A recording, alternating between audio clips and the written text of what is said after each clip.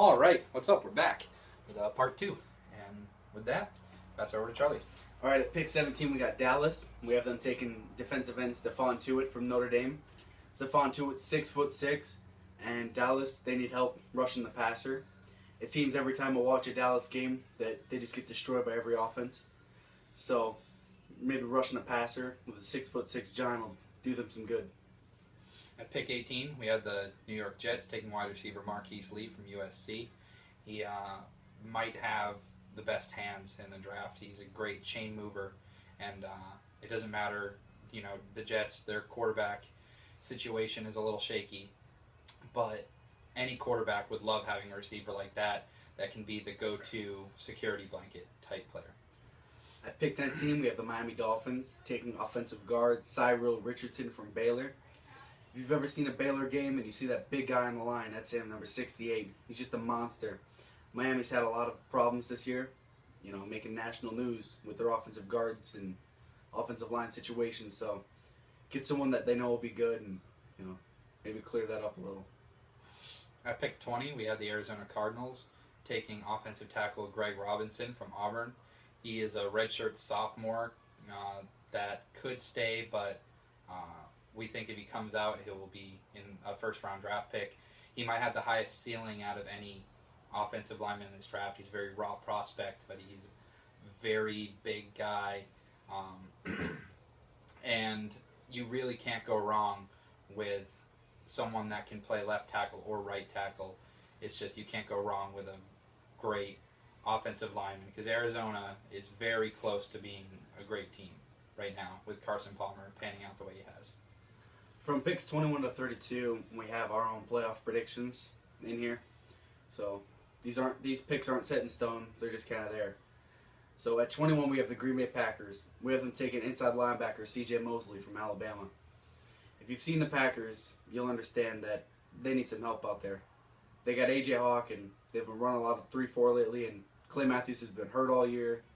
And you know, if C.J. Mosley fell to them, just like Eddie Lacy fell to him last year, you know, could help them out a lot. At 22, we have the Kansas City Chiefs taking wide receiver Devontae Adams from Fresno State. He's been catching passes from Derek Carr this year, and he's a very solid wide receiver, just like Marquise Lee. He's a good chain mover, and I think Alex Smith would love to have a receiver like that. They really need a receiver because when your receivers keep getting hurt, you don't really have anyone that you can look to in those times, those third and short. When all you can do is run, it's a problem. At pick 23, we have the Cincinnati Bengals selecting cornerback Ifo Ekpre-Olomu from Oregon. Cincinnati does not have the greatest secondary in the world, and adding a stud cornerback would definitely help them out a lot in this league it is now with all the passing. Pick 24, we have the New Orleans Saints taking defensive tackle Timmy Jernigan from FSU. He was a great standout player for FSU in their great season this year. You know, who knows how FSU is going to do in the championship game, but you can guarantee that he's going to be a disruptive force in there. He's another one of those guys that demands double teams. He can rush the passer from the defensive tackle position, which is something that most teams don't have. And I think New Orleans needs a lot of help on the defensive side. Their offense has got it down, but they need some defensive help. At pick 25, we have the San Diego Chargers selecting cornerback Luis Purifoy from the University of Florida. Florida's had a tough year, but this guy hasn't. He's an outstanding cornerback, and similar to the Cincinnati pick before, it's such an outstanding passing league now, and you know, neither of these teams really have a stud corner. And you know, a young guy definitely help them. At pick 26, we have the Cleveland Browns, which is the pick from the Indianapolis Colts, taking wide receiver Allen Robinson from Penn State University. A lot of people don't have them on their board, like Todd McShay doesn't even have him graded, but he is draft eligible, and after watching the Penn State game this year against UCF, he's amazing. He makes all of the catches, and whenever a big play needs to be made, he's there. And Cleveland really needs that, especially if they get a new quarterback in Blake Bortles. If you draft two people like that and they can build chemistry very soon, it could be a very dangerous 1-2 punch for a long time. All right, at pick 27, we got the San Francisco 49ers selecting the defensive tackle, Rashad Hagman from Minnesota. They are known for their pass rushing, and if you just get some big monster in the middle, all it's going to do is help them. They don't need much.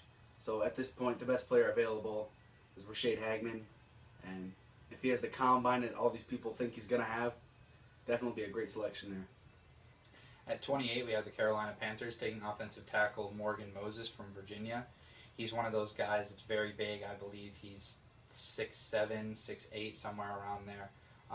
Very high ceiling, and once again, Carolina can't really go wrong with drafting a great lineman. Carolina's defense is on point. Cam Newton, he's been turning it around recently, and just having someone like that can do nothing but help. At pick 29, we have the Philadelphia Eagles. We have them taking cornerback Bradley Robbie from Ohio State. If you've ever seen a Philadelphia game this year, you'll understand why this pick needs to happen. Every time they just get dominated, and how their offense has been looking this year. Normally, earlier on in the year, everyone thought they needed a new wide receiver since it seems Jeremy Maclin's going to be testing the free agency market. But with Bradley Robbie still here, and the fact that he already has declared for the draft, so good pick here. At pick 30, we have the Denver Broncos taking cornerback Marcus Roberson from Florida. His defensive mate, Lucius Purfoy, already went earlier in the draft, and they're both outstanding corners. They're both projected to have great combines, and they're athletic freaks, basically. Denver needs some secondary help. They're getting a little old on the defense, and having a young guy to come in there and not only play well but learn under some of the best players, it could really, really help that team for the future. At pick 31, we got the New England Patriots selecting tight end Eric Ebron from North Carolina. New England has had some problems recently with their tight ends. Gronkowski's seems to be hurt all year, and Aaron Hernandez has, We all know that situation. Yeah. So getting someone like Eric Ebron, who the analysts have compared him to Vernon Davis, and if you've ever personally seen a North Carolina game, you'll understand why, because he catches everything that's thrown to him and he can block. So this would help out New England a lot. And we all know Tom Brady likes his tight ends, Gisele Bundchen. So at pick 32, we have the Seattle Seahawks, who we have projected to win the Super Bowl over the Patriots. We have them taking tight end Jay Samaro from Texas Tech. Personally, I haven't seen him play that much this year. I've seen a couple highlights on ESPN.com, but his draft stock has been rising a lot. And when you come from a small school like that and your draft grade is so high, teams are going to start to notice you. And I believe he's just a big body, very good at blocking and receiving, just an all-around good player. And when you have all those other playmakers on that offense, just adding another weapon, as well as that great defense that they already have, you are going to be close to unstoppable. And so that wraps up our first round mock draft for 2014. And we hope you guys give it a like and leave some comments, whether you're agreeing or disagreeing. We'll try to get back to you guys on comments, and we might make a couple other drafts of this. And we hope you enjoyed. Thank you.